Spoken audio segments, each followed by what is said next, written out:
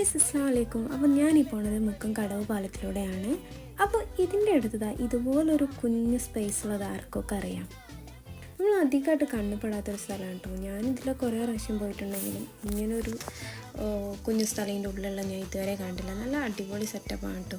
ഒരു ഏർമാടം പോലെ അവർ സെറ്റ് ചെയ്തിട്ടുണ്ട്. അതുപോലെ ഊഞ്ഞാലും ഇരിക്കാൻ വേണ്ടിയിട്ടുള്ള സ്ഥലവും നല്ലൊരു തണലൊക്കെ ഉള്ള സ്ഥലങ്ങളാണ് കേട്ടോ. അപ്പോൾ ഇവിടെ ഈവനിങ്ങൊക്കെ നല്ല ആൾക്കാരുണ്ടാവും. അപ്പോൾ ഞങ്ങളൊരു ആഫ്റ്റർനൂണാണ് വന്നത്, അതുകൊണ്ട് തന്നെ ആൾക്കാർ വളരെ കുറവായിരുന്നു കേട്ടോ. അങ്ങനെ നമ്മൾ ഈ ഒരു പാലത്തിൻ്റെ അടിയിലുള്ള ഒരു വ്യൂ കാണാൻ വേണ്ടിയിട്ട് പോവാണ്. പാലത്തിൻ്റെ മുകളിലൂടെ ഇങ്ങനെ പോകുമ്പോൾ ഇതിൻ്റെ താഴെ എന്താണെന്നുള്ളൊരിതില്ലേ, അത് കാണാൻ വേണ്ടിയിട്ടാണ് പോയത്. ഇപ്പോൾ ഇത് കണ്ടപ്പം തന്നെ നിങ്ങൾക്ക് മനസ്സിലായിട്ടുണ്ടാവും ഇത് എന്തുകൊണ്ടാണ് ബെൻഡ് വൈപ്പ് കടവ് പാലം എന്ന് ഇത് അറിയപ്പെടുന്നതെന്ന്.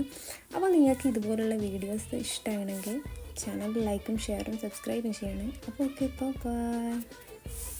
Hey guys.